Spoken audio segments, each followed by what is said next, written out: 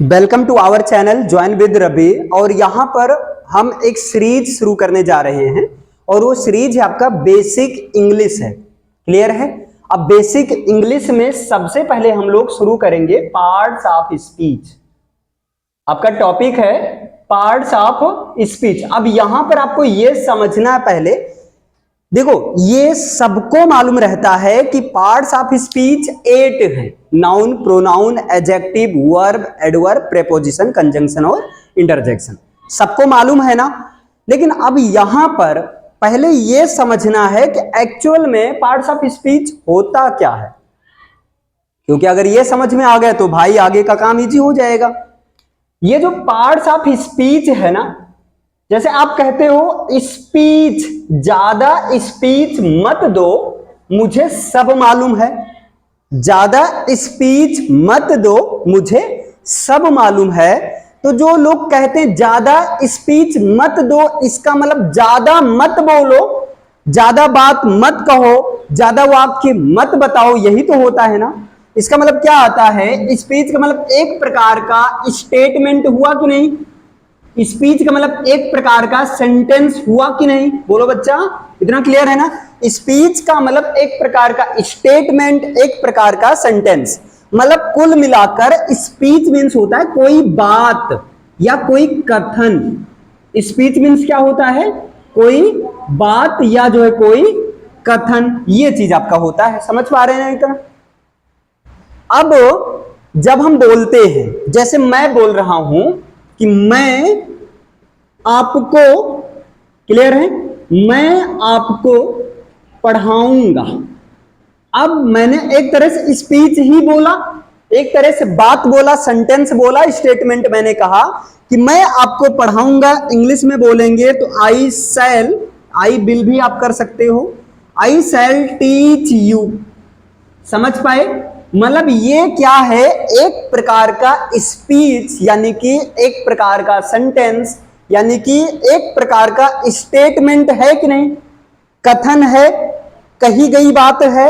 अच्छा, अब ये तो हो गया स्पीच का मतलब। समझ पाए भैया? स्पीच। और ऑफ जनरली जो सबको पता रहता है, ऑफ मीन्स होता है का, की और के। यही तो मालूम रहता है ना जनरली कि ऑफ मीन्स होगा का, की, के। अच्छा, अब यहां पार्ट्स, आप लोग बचपन में याद किए होंगे बॉडी पार्ट्स नेम। तो बॉडी पार्ट्स का मतलब क्या हुआ? पूरा शरीर। और शरीर का जैसे हाथ एक पार्ट हो गया, हाथ में एक अंगुली आपका ये पार्ट हो गया, सिर एक पार्ट हो गया, नाक, कान, मतलब ये सारा क्या एक पार्ट है।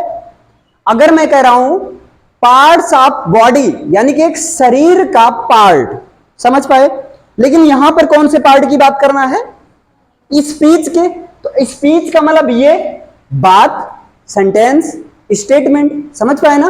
अच्छा, अब इसके कितने पार्ट हैं? तो आप कहोगे एक पार्ट ये है, एक पार्ट ये है, एक पार्ट ये, एक पार्ट ये, मतलब 4 शब्द हैं। समझ पाए ना? 4 शब्द हैं। अच्छा, ये पार्ट मैं आपको पढ़ाऊंगा, आई शैल टीच यू। भाई मैं, मेरा ऐसा तो है नहीं कि बिना नाम का हूं मैं, कोई नाम तो होगा ही ना। अच्छा बताओ, कोई बिना नाम का पैदा होता है? सब पैदा होते हैं बिना नाम के पैदा होते हैं, नाम तो बाद में रखा जाता है ना। समझ पाए ना? क्या बोल देते हो? सोच समझ कर बोला करो। चलो ठीक है। यहां पर मैं आपको पढ़ाऊंगा, आई शैल टीच यू। मैं मतलब मेरा नाम होगा, मेरा नाम है भी, मेरा नाम रवि है, प्यारा सा। क्लियर है? अब देखो नाम के जगह पर आई आ गया है, तो आप लोग को रफली तो पता ही होगा ना, जो नाम के जगह पर आता है वो होता है प्रोनाउन होता है। तो आई क्या है बच्चा? तो आप कहोगे आई तो प्रोनाउन है ना। नाउन का भाई प्रोनाउन, सर्वनाम जो सभी नामों के लिए यूज हो, सर्वनाम ऐसा शब्द जो कि सभी नामों के लिए यूज हो। क्लियर है? समझ में आया? अच्छा, अब यहां पर आप कहोगे देखो शैल टीच, यानी कि काम कौन सा हो रहा है? पढ़ाने का। काम कौन सा कर रहा हूं? पढ़ाने का। तो जो काम होता है, कौन सी क्रिया होती है? कौन क्रियाक्रम? आदमी कहता है क्रियाक्रम कर दी तो बताइए, हमारे दादा मर गए, अब क्रियाक्रम करके तब सर जी स्कूल हो पाए। क्रिया कर्म करके, इसका मतलब क्या है, उनको जलाएंगे, दफनाएंगे, पूरी खाएंगे, तब स्कूल आएंगे, है ना? मतलब समझ रहे हो ना, ऐसे समझो अपने हिसाब से। तो वर्ब मीन्स होता है क्रिया, और क्रिया का मतलब होता है कोई काम, एक्शन। क्लियर है? तो ये आपका क्या है, टीच एक्शन है कि नहीं? तो आप कहोगे ये वर्ब है, एक्शन वर्ड है, और ये इसकी सहायता कर रहा है। सेल क्या कर रहा है? सहायता। कौन से सहायता कर रहा है भाई? सेल की हेल्प से हम टेंस पहचान रहे हैं कि अच्छा ये फ्यूचर टेंस है ना? तो सेल जो है वर्ब की सहायता कर रही है ना? तो मतलब एक प्रकार से सेल भी तो वर्ब हुआ, लेकिन बस अंतर यही है, ये हेल्पिंग वर्ब है और ये मेन वर्ब है, लेकिन है दोनों वर्ब ही है। समझ पाए? और देखो, मैं तुमको, अब तुम्हारा कुछ नाम होगा कि नहीं? तुम बिना नाम के पैदा हुए हो? नहीं हुए? अबे हुए हो यार, है ना? मतलब हुए हो, नाम तो होगा ही। क्लियर है? बाद में नाम रखा गया, तो ये भी नाम के जगह आया है, मतलब ये भी प्रोनाउन है। ये भी क्या है? प्रोनाउन। मैं कह दूं नहीं नहीं, मैं तो बच्चों को पढ़ाऊंगा, आपको नहीं पढ़ाऊंगा। आप कहां के हो पढ़ने वाले? आप पढ़ने की लक्षण आपके नहीं है ना? मैं बच्चों को पढ़ाऊंगा, तो आई टीच द, या आई टीच स्टूडेंट्स, या चिल्ड्रन आप कर दो, आई टीच स्टूडेंट्स। तो अब ये बताओ, स्टूडेंट्स में कौन स्टूडेंट्स को? 5th क्लास स्टूडेंट्स को, 7th class, 12th class, 9th class, कौन स्टूडेंट्स को? तो आपको ये तो वैरायटी हो गई स्टूडेंट्स की, भाई गोदाम है। फर्स्ट क्लास के स्टूडेंट, है ना, good students, bad students, average students. ये क्या हो गया? नाम तो नहीं है, लेकिन एक तरह से ये वैरायटी है ना? तो ये क्या है? कॉमन हो गया कि नहीं? जब वैरायटी की बात होने लगे, कॉमन शब्द की बात होने लगे, तब क्या हो जाएगा? Common noun. तो आप कहोगे ये तो नाउन है, लेकिन नाउन में कैसा नाउन है? Common noun. तो इस तरह से, जैसे जब पार्ट्स आप बॉडी की बात करते हो, तो शरीर को आप तोड़कर हाथ निकालकर फेंक दिए, लो एक हाथ ये पार्ट है ना? और बताओ, आंख ऐसे निकाल कर दे रहे हो, भाई एक पार्ट ये भी है। आप सिर काट के लो, एक पार्ट ये भी है ना? मतलब काट कर नहीं देते हो, लेकिन बचपन में याद करो, जब वो 5 रुपए वाली, अब तो 10 की आने लगी, 10 रुपए वाला जो पहाड़ा आता था, एक लड़का था, नंगा रहता था, मतलब कुछ पहने रहता था, समझ रहे हो ना? तो उस सॉरी उसमें क्या रहता था? पार्ट्स ऑफ बॉडी में एक एक पार्ट काट कर दिया रहता था, मतलब दिखाया जाता था ना? याद आया कुछ कि नहीं? ताकि बच्चे अच्छे से पहचान कर सके। सेम यहां पर स्पीच के पार्ट का मतलब होता है भेद, भाग, मतलब कितने भाग में आप अलग कर सकते हो। तो इस सेंटेंस को आपने एक भाग में ये अलग किया, सर्वनाम है, एक वर्ब वाला है, और एक है नाउन वाला है। समझ में आया? समझ में आया कि नहीं? छोटा है, कह रहे हो सर जी 3 मिलेगा का? नहीं, 3 नहीं मिलेगा।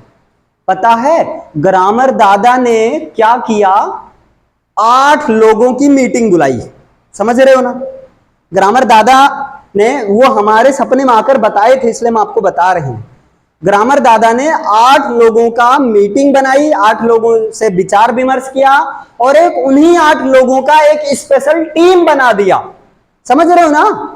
उन 8 लोगों का स्पेशल टीम बना दिया, और उन 8 लोगों से कहा, भैया तुम्हारा काम है ना, इंग्लिश में कभी भी सेंटेंस बनाने की जरूरत होगी तो तुम्ही 8 लोगों में से जाना, है ना? मतलब कभी, जैसे अब यहां पर 3 ही आए हैं, 8 में से क्या आए हैं? 3, 5 आराम कर रहे हैं, कभी 5 आ जाएंगे, ये तीनों आराम करेंगे, तो कुछ पता नहीं किसका ड्यूटी कहां पर लग जाए। समझ रहे हो ना?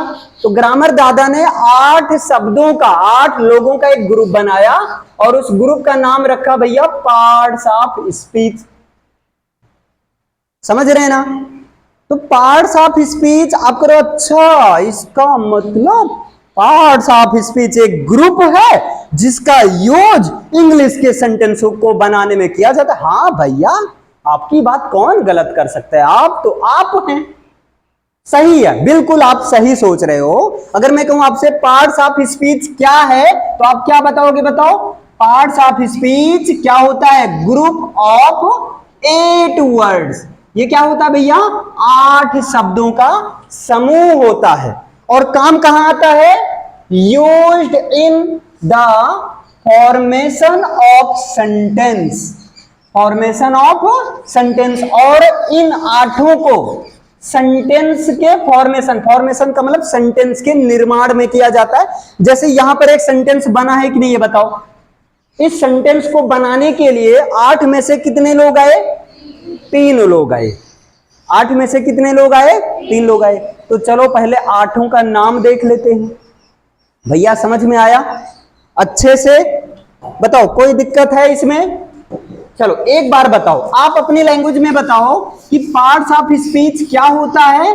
तो आपको सीधा कहना है कि पार्ट्स ऑफ स्पीच एक प्रकार का ये 8 शब्दों का समूह होता है ना? क्या होता है? ये होता है ग्रुप ऑफ 8 वर्ड्स, 8 शब्दों का समूह होता है। एक तो बात ये हो गई। दूसरी बात क्या हो गई? इनका काम कहां किया जाता है? तो it is used in the formation of sentence. इनका यूज्ड सेंटेंस के फॉर्मेशन में होता है, सेंटेंस के निर्माण में होता है ना? चलो पहले 8 को देखते कौन कौन है। तो ये तो सबको पता होगा, पहला है नाउन, है ना? दूसरा है आपका प्रोनाउन है। तीसरा क्या है भैया? एडजेक्टिव है। Very good. नेक्स्ट क्या है? वर्ब है। और इसके बाद क्या है? एडवर्ब है। और इसके बाद क्या है आपका? प्रीपोजिशन है ना? और इसके बाद आपका कंजंक्शंस है ना? और लास्ट में क्या है? तो आप कहोगे लास्ट में है इंटरजेक्शन है। समझ में आया? बताओ इतना कोई दिक्कत? अब एक एग्जांपल यहां पर देखते हैं, एक एग्जांपल यहां पर देखते हैं। जैसे मैं लिखूं आ ब्यूटीफुल। अब ब्यूटीफुल कौन होगा? हाँ ब्यूटीफुल आगे क्या भैया? आ ब्यूटीफुल गर्ल। हाँ बस उन्हीं को बनाओ ब्यूटीफुल, और किसी को तो बनाओगे नहीं वहां। चलो ठीक, हम भी बना दिए आ ब्यूटीफुल गर्ल। ठीक। Is coming, a beautiful girl is coming. Clear है? फ्रॉम हर हाउस, एक सुंदर सी लड़की अपने घर से आ रही है ना? एक सुंदर सी लड़की अपने घर से आ रही है, मेरे दिल को भा रही है, मुझको ही नहीं बाकी सबको लुभा रही है। पता, एक सुंदर सी लड़की अपने घर से आ रही है। चलो अब यहां पर देखो, एक सुंदर सी लड़की अपने घर से आ रही है। चलो अब यहां पर आ ब्यूटीफुल गर्ल, भैया लड़की का नाम तो होगा ही, भूतनी नाम है, मान लो ये लड़की का नाम है, काहे का सुंदर, है ना? अभी ऐसे लड़की का नाम होगा कि नहीं? नाम होगा मतलब नाउन है, नाम होगा मतलब नाउन है। ठीक है भैया, ये तो हो गई नाउन। सुंदर सी लड़की को नाउन बना दिए, क्या कर रहा हूं मैं, ये भी हमें गाली देगी। ठीक है, ये हो गई नाउन। ये कैसी है भैया? सुंदर है, बदसूरत है, कैसी है? सूरत है मतलब सुंदर है ना? तो इसके बारे में बताया गया। तो नाउन या प्रोनाउन के बारे में बताया जाता है, वो क्या होता है? एडजेक्टिव होता है कि नहीं? और सुंदर लड़की कै है? एक है, एक है और कोई नहीं है।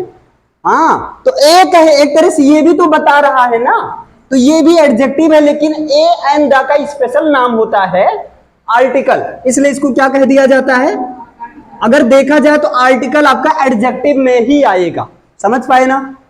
क्लियर है? अच्छा चलो भाई, सुंदर से लेके आगे देखते हैं। काम कौन सा कर रही है? आने का। बेचारी थक जाएगी, दया आ रही ना, आ रही है यानी काम कर रही है आने का।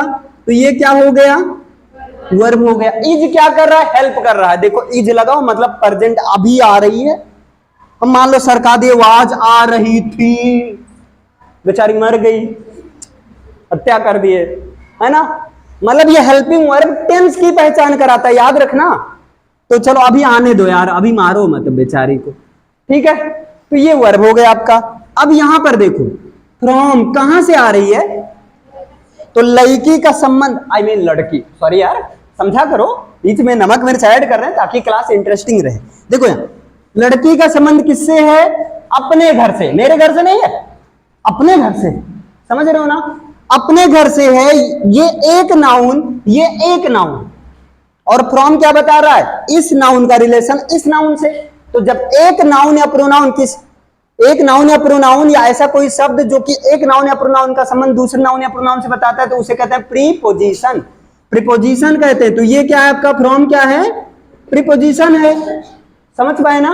और यहां पर ये हाउस क्या है, नाम तो होगा ना, हाँ आजकल तो घर के नाम के पहले यादव सदन, त्रिवेणी सदन, है ना, ऐसे लिखा रहता है अलग अलग, निषाद सदन, सदन मतलब सदन नहीं, सदन ऐसे जो है, तो मतलब नाम एक तरह से हाउस जो है कॉमन नाउन है, तो ये आपका नाउन है कि नहीं। अब यहां पर हर, ये एडजेक्टिव है एक तरह से, भाई बताया जा रहा है ना एक तरह से, आपका पजेसिव एडजेक्टिव है।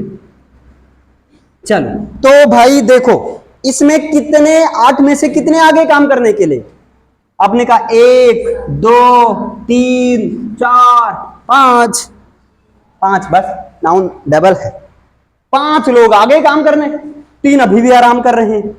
चलो अब समझ में आया ना।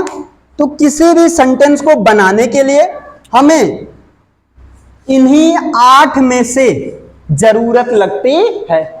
अब भाई 8 के बारे में देखते हैं, बताओ पार्ट्स ऑफ स्पीच से रिलेटेड 4 पॉइंट समझ में आया।